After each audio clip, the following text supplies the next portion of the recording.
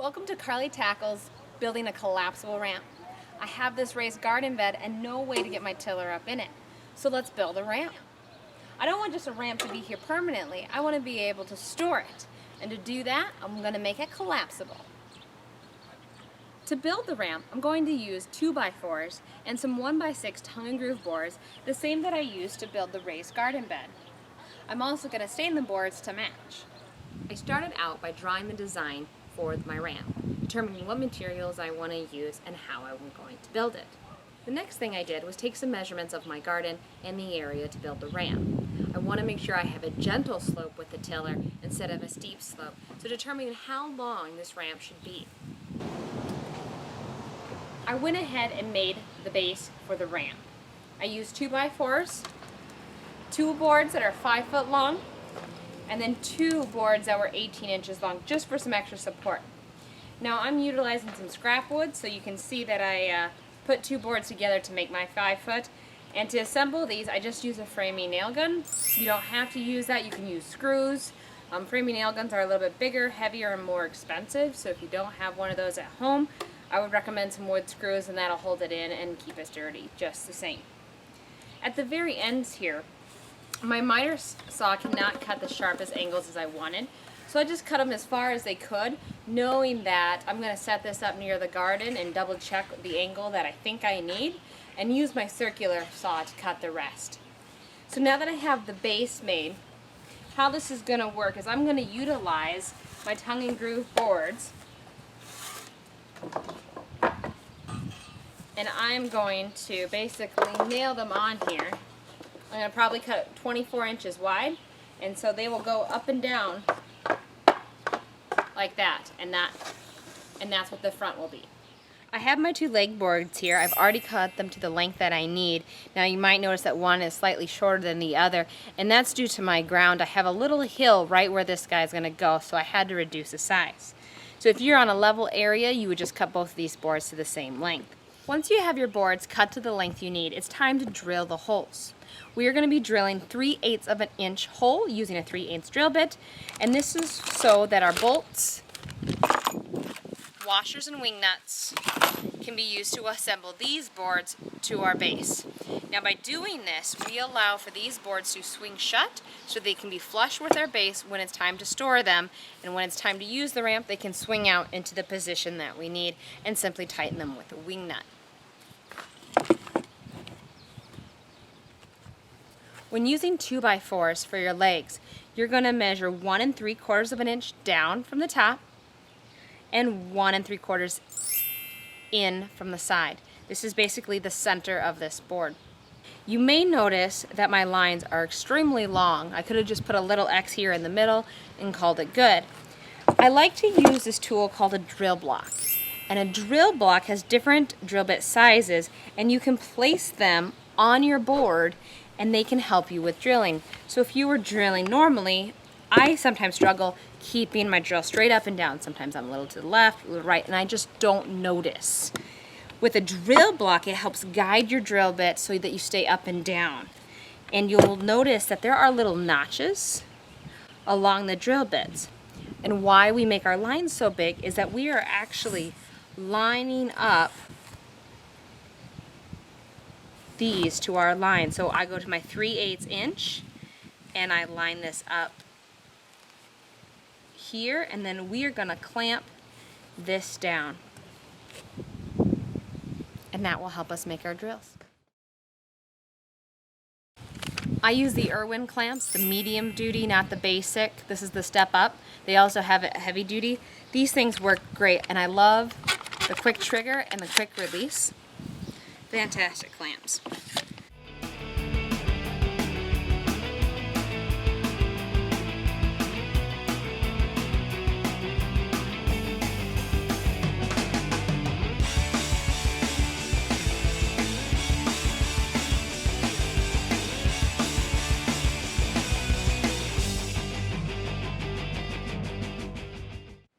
Test to make sure the bolt goes through the hole smoothly. Sometimes you find that it doesn't. When this happens, what I do is I take the drill bit again, flip it over,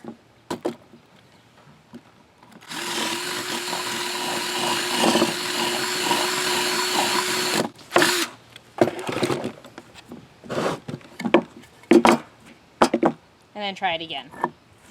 There you go. Now we need to do the same thing on our base so that we can connect the two together. I love using my speed square when I'm making my lines.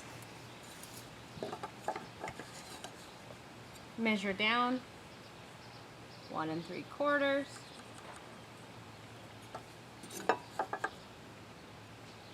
Make your line across. And then measure in 1 3/4.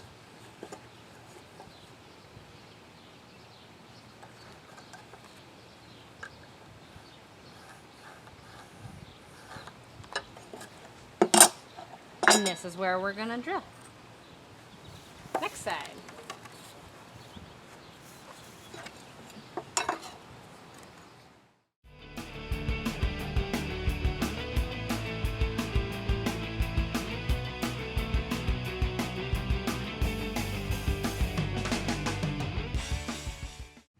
And now we're ready to drill our holes.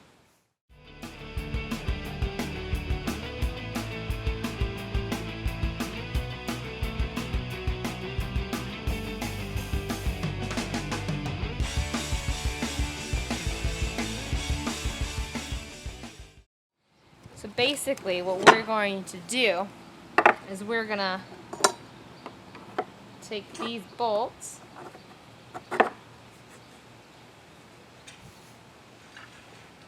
apply your washers and your wing nuts, and then your legs can swing.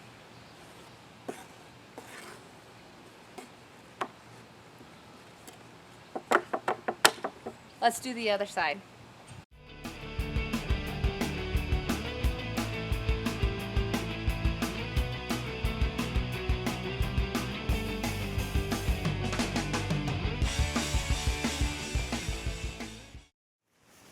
Now that we have our holes drilled, it's time to assemble. So we're going to take our bolt, our 2x4 leg, run it through our base, take a washer, place that on next, and we're going to take a wing nut. And the reason we're using wing nuts instead of regular nuts is so it allows us to loosen and tighten by hand when we need to adjust. All right, other side.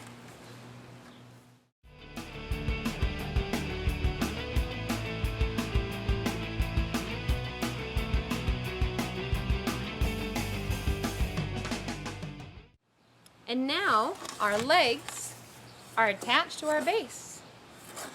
This is the sharp angle that I need to cut off to make my ramp level with the ground. You can notice it's a lot steeper than a miter saw can handle, which is typically 60 degrees max. Some do 70, some only do 50. So I'm going to be using a Ryobi circular saw to make these cuts.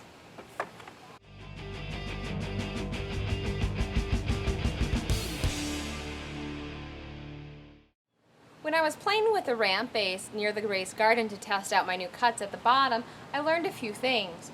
Number one, on the baseboards, I needed to make some cuts on the inside to allow the legs to go flush with the raised garden. Two, I also need to make the similar cuts on the legs themselves.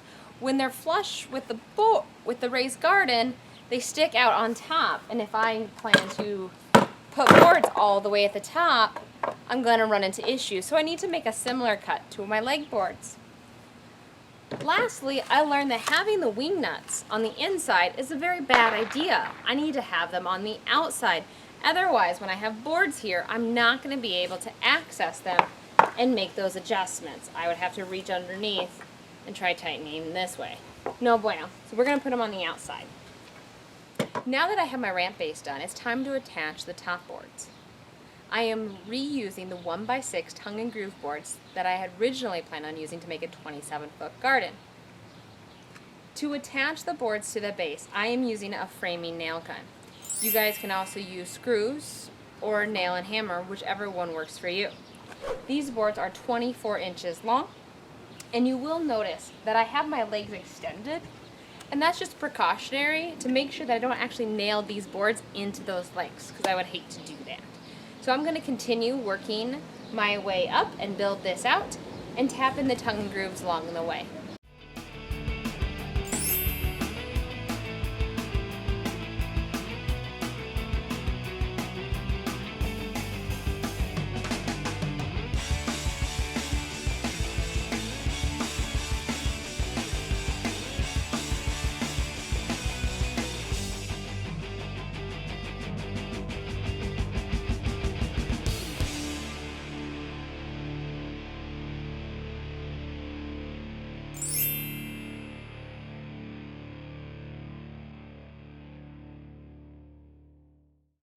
The ramp is finished, up against the raised garden. Let's see if I can get that tiller up this ramp.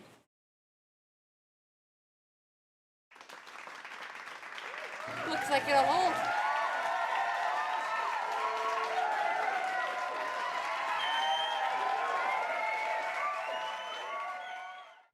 Thanks for watching Carly Tackles building a collapsible ramp. If you like this video, please give it a thumbs up.